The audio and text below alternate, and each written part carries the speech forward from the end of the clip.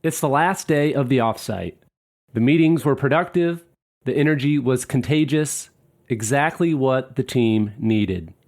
The CEO pulls you aside to say, "Thank you, this was next level."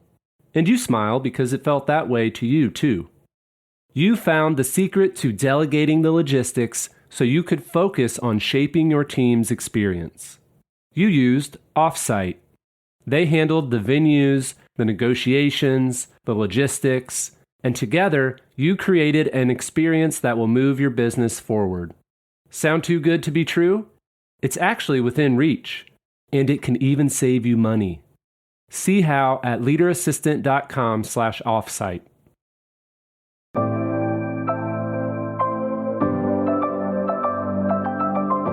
The Leader Assistant podcast exists to encourage and challenge assistants to become confident, game-changing leader assistants.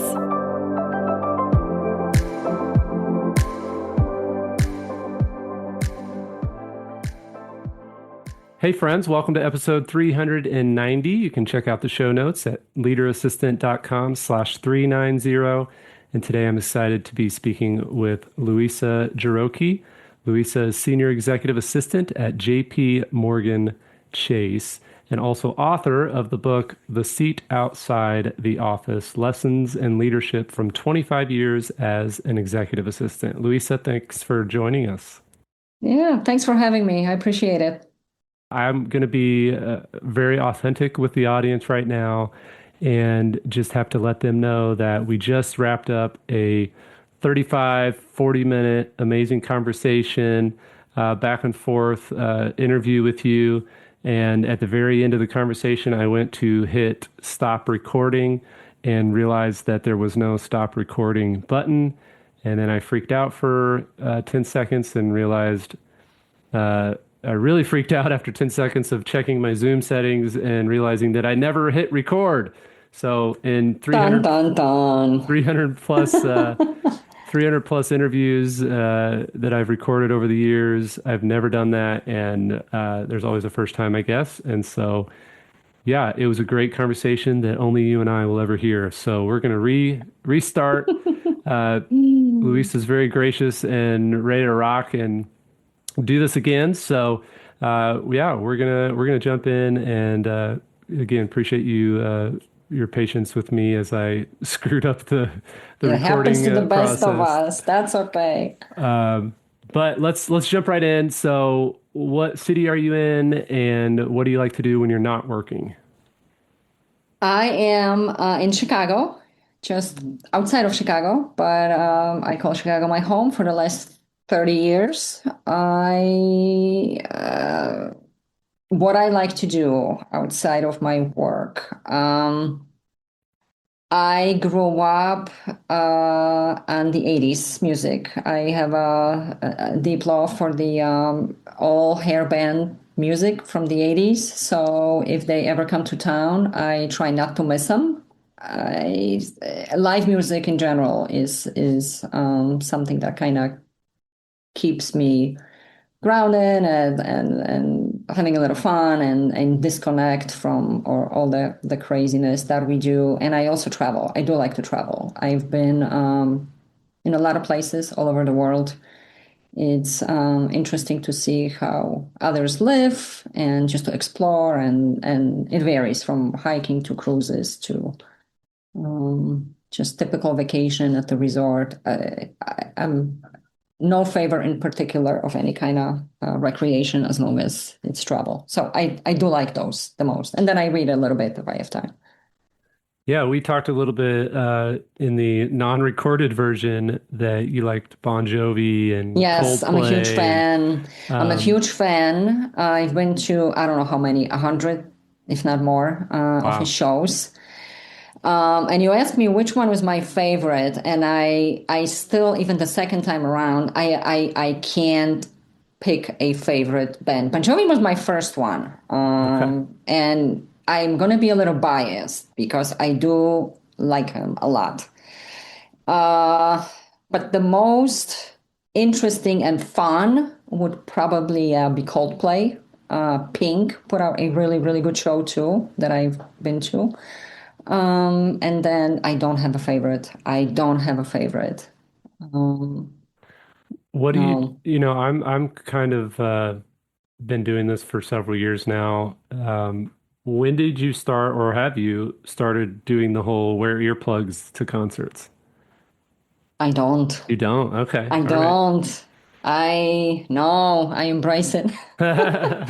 It's yeah, you have deaf, especially after Metallica or AC/DC who were in town last year in Chicago. Yeah, it's a little hard to hear, but no, I'm all exposed. No earplugs. No, Nice. Yeah, not I yet. got I got to the point some point in my life where I was just like, I'm too old. I get headaches. I get whatever. I'm like, I'm gonna wear earplugs. But No, no, I'm rocking with them. nice. Well, what tell us a little bit about your career then. How did you become an assistant in the first place? This was by accident, actually. I had no plans, absolutely none, zero, of what to do with my life after college. I did start in my senior year high school as a teller in a mid-size bank in Chicago. It doesn't exist anymore. It got bought out through like the acquisitions and mergers. And I was a teller for a long time. It was a good career. Why banking? Purely selfish reasons because I wanted to be off on federal holidays. So an extra day off. And it was time to decide, like, what do you want to do? You're graduating college. You can't be a teller. Not that it's not a great job, but it's just I knew I had something more in me and that college degree to back it up, sort of. And it happened by accident. I was part of the tuition reimbursement program with that employer, and part of the deal was to submit a transcript at the end of semester. So I went. It was my final year. Still completely not knowing what to do. The HR was located conveniently for me on the very end of the hallway. So as I got off the elevator and I walked all the way to the end, I walked by all these offices with all these big shots with glass doors and these women sitting outside dolled up and with beautiful flowers. And as I walked by, I looked to the left and I looked to the right. I'm like, oh, I can totally fit in. This is what I wanted to do. That vision kind of sort of came right there instantly. And I got to HR.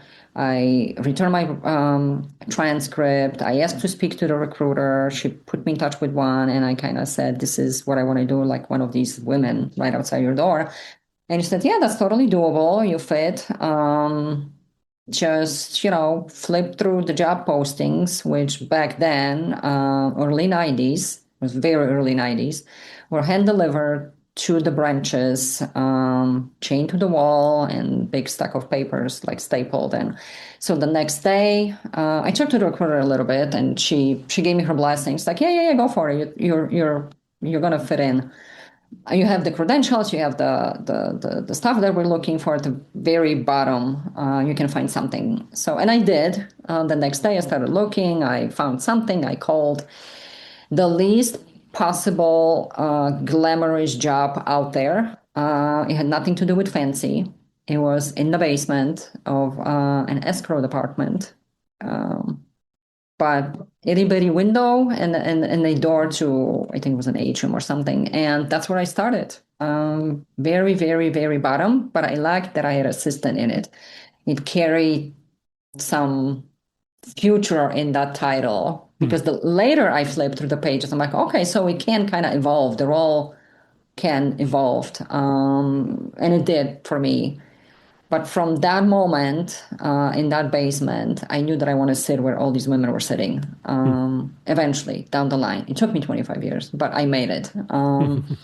So yeah, that's no vision, no plan, no, absolutely nothing. It's just something sparked, and I followed. my vision. It's important to, right, stay connected to what you want to do. And if you don't know what to do, that's okay. Because not knowing what you do will lead you to figure out what you do want to do. So that's Right. kind of, yeah. I love how you had that vision. What if you could go back in time and say something to your younger self, what advice would you give? Mm, many. But uh, after all this time, I would probably say the first one is to slow down. You can't achieve success overnight. It's a process. You can't go from A to Z overnight. So slow down.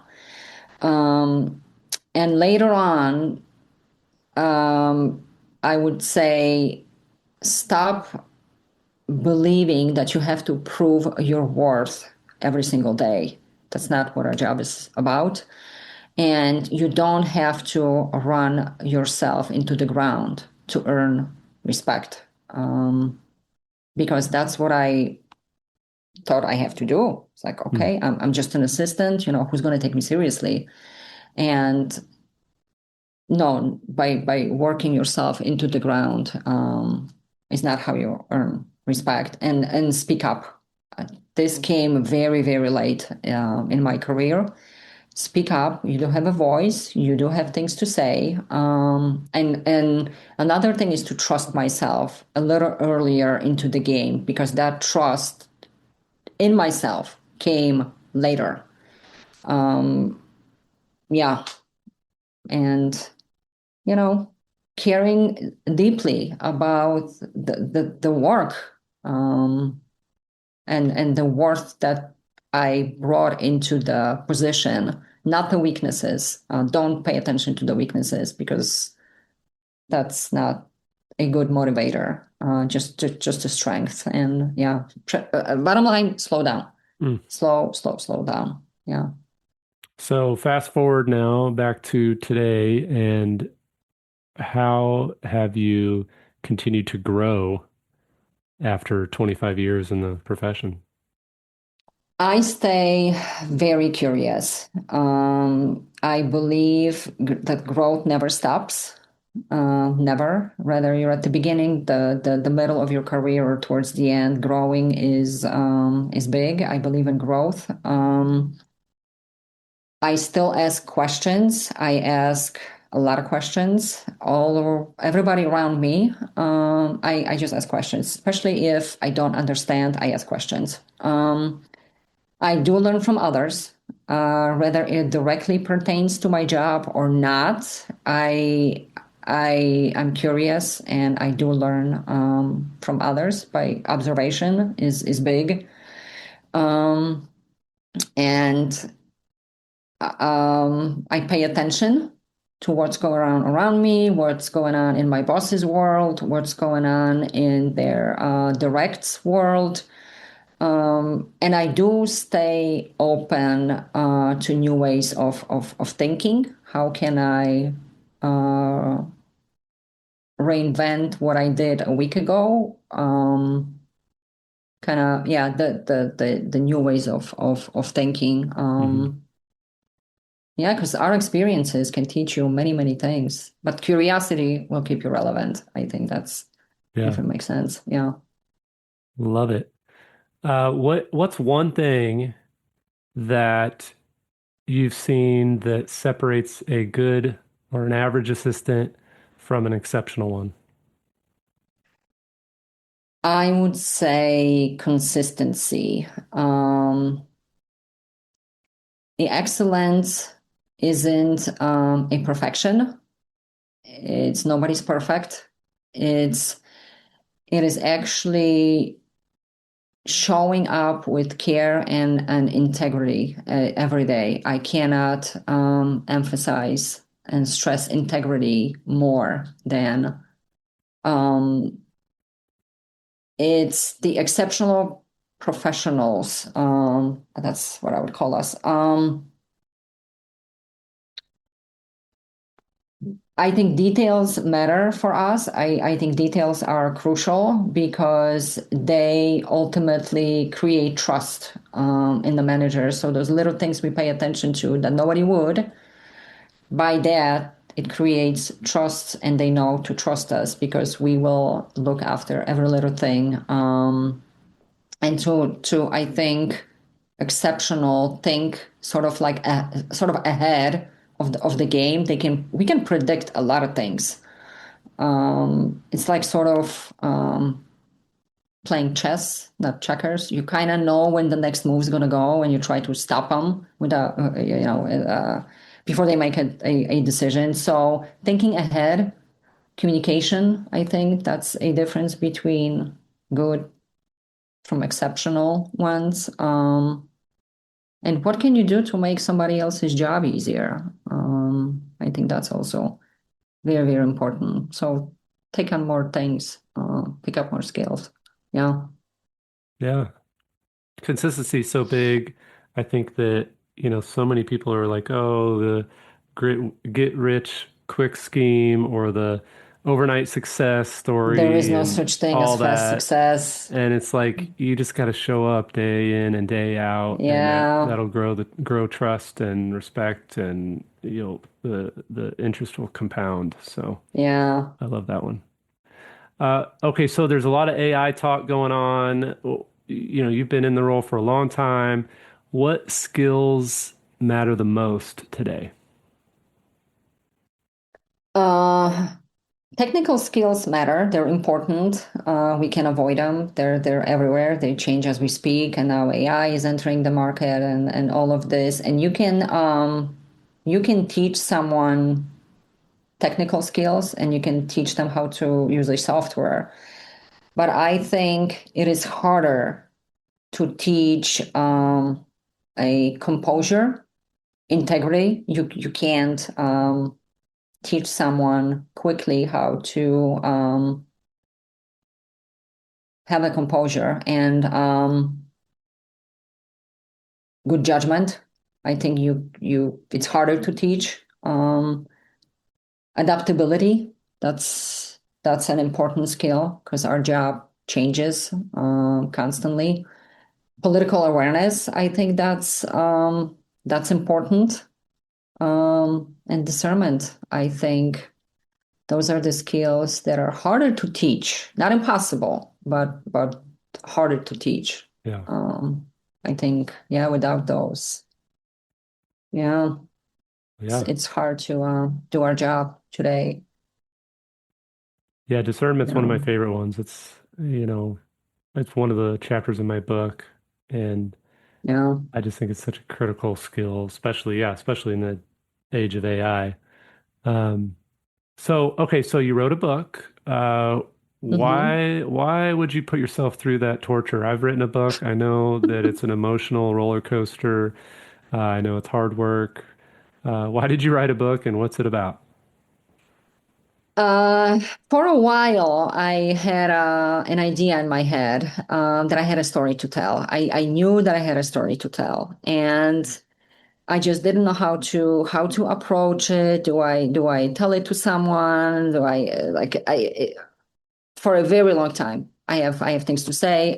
So I did during COVID. I did take a Power EA course through a global assistant. It's a phenomenal organization, like coaching for EAs and PAs and master classes. So I took one of Trisha's class, and then I took another one, and we started talking and sharing things. And fast forward 6 years later, we're good friends. She's the one who actually pushed me to do this. It's like you have this tremendous story to tell. Put it in writing. Luiza, put it in writing. I'm like, who's gonna read it? It's like, put it in writing. Just trust me, put it in writing. So I did. And I started typing. And what I didn't want this to look like was a textbook. Admin 101, chapter one, how to be a good EA. I didn't want to do this. I Other than having this idea in my heart, the project kind of finished by itself and it became a memoir. I didn't plan this to be a memoir. I just wanted to honor our profession. That's what I wanted to. That was my goal. Other than the holiday day we have end of April, I wanted to honor us a little bit more. I wanted. I kind of wrote it in a three-way audience. I have a message in there for those EAs. I was one of them, so I know what I'm talking about, who feel kind of stagnant in the role. They still have a spark. They want to do what they do and they love it. It's like one of those, should I stay? Should I go? What do I do? And my message to them is yes, continue doing what you're doing. You just need to change a department or a place of work or organization or a manager. Follow your vision. If you love what you're doing, just go with it. Change your environment. Hopefully for the generation that enters the job market now, because nobody goes into our professions anymore. Let's be honest. Everybody wants to go into technology and all these fancy jobs and what's that new jobs now? Influencers. I think those Oh, are big right. now. Right. Yeah, quick money, right? Big YouTubers and success, yeah. right? And all of this. Nobody really goes into our profession, but there I'm hoping there is a group of younger professionals who don't know what to do. And all they know how to do is get organized, show up on time. So I kind of want to give them this idea, read it, and try this profession. In my work, it's an interesting job, but it can open so many doors. Um, you can start as somebody's assistant, but you can go into a project manager. You can go into a chief of staff. We have so many avenues just from our seat that I Mm. want to plant this seed into the younger professionals. And then the third audience are those who got a second chance in life. Rather, those are moms who, after 18, 16, whatever years, they want to go back into the world of job and corporate or what have you, or those who literally have a second chance in life, rather sickness or whatever the situation, the second chance, like what do I do? I've got this opportunity now. Try this. It's interesting. You're gonna meet new people and grow and learn and just experience a I call it a phenomenal profession. I do love it. Mm. So that was the idea behind it. But the process itself was a little untraditional, I would say. I just started typing. I just wanted to share my story. Yeah. Yeah, as you mentioned, it's not an easy process, but I was very determined to tell my story. And before I went through editing and all of this, I was very clear that I didn't want my editor to change my story. And I ended up going with another editor because she kind of wanted to go a different way. And I'm like, nope, this is my story. We're going to do it my way. And we did. And I'm proud of it. I have to say, I pat myself in the shoulder a few Yeah, you times. should. You It's a should. yeah, it's It's a a hard project to do. good It's story. a lot of Yeah. people say they want to write a book. In fact, that's one of the most common things. People say, "Oh, I want to write a book someday." But the percentage of people who say they want to write a book to who actually publish a book is very, very small. So congrats to Yeah. you. And I'll link to your book in the show notes at leaderassistant.com/390, as well as your LinkedIn so people can reach out and say hi. But yeah, do you have any? I appreciate you again being gracious as we had to re-record this or initially record it. I guess there's no re-recording when you don't record it the first time. But is there any final thoughts for our listeners that you want to share? What I want to share is I want to leave you with this message that there is a tremendous power behind the scenes because we are usually behind the scenes. Not necessarily in a big corner office. corner, but not the office. But there is a tremendous power in what we do and just the behind the scenes. I also want to say that the support roles matter. That leadership of ours begins long before anyone gives us a title. We want to lead. Greatness from our perspective, it's not about visibility, but it's about the service. And I want to close it up with one of my favorite quotes that's been my North Star for many, many years. And I still share it and I still read it and look at it. It's by Martin Luther King Jr. that not everybody can be famous, but everybody can be great, because greatness is determined by service. And this is exactly what we do. And if an executive happens to hear us or read the book, there is an itty bitty message for them too on the end, that if they are fortunate to have a good assistant to keep them involved. I'm not suggesting trading company secrets or taking them to strategy sessions and all of this. No, but keep them involved in the sense of make them see, if you pull them into your vision of where you want to lead the organization or a department and make them involved, you're going to find yourself a very, very good partner in this, and a strategic partner, because we're going to guide you, we're going to tell you what to do or not to do, and we're going to prepare you and take that burden off of you that we so beautifully take away from our executives. And don't take them for granted. If you have a good one, do everything to keep it, and don't take them for granted. We're an asset. Yes.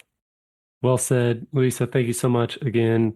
Again, those listening, leaderassistant.com/390 to check out Luiza's book and connect with her on LinkedIn. Yeah, LinkedIn. And, hit me up. We're chat. Say hi and all that fun stuff. So thanks so much for being here today and sharing your story. And we look forward to connecting again in the future. Yeah, thanks for having me. I appreciate it.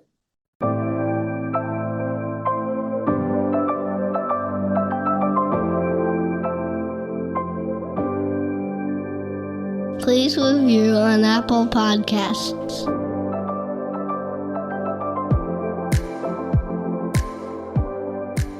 GoBulls.com.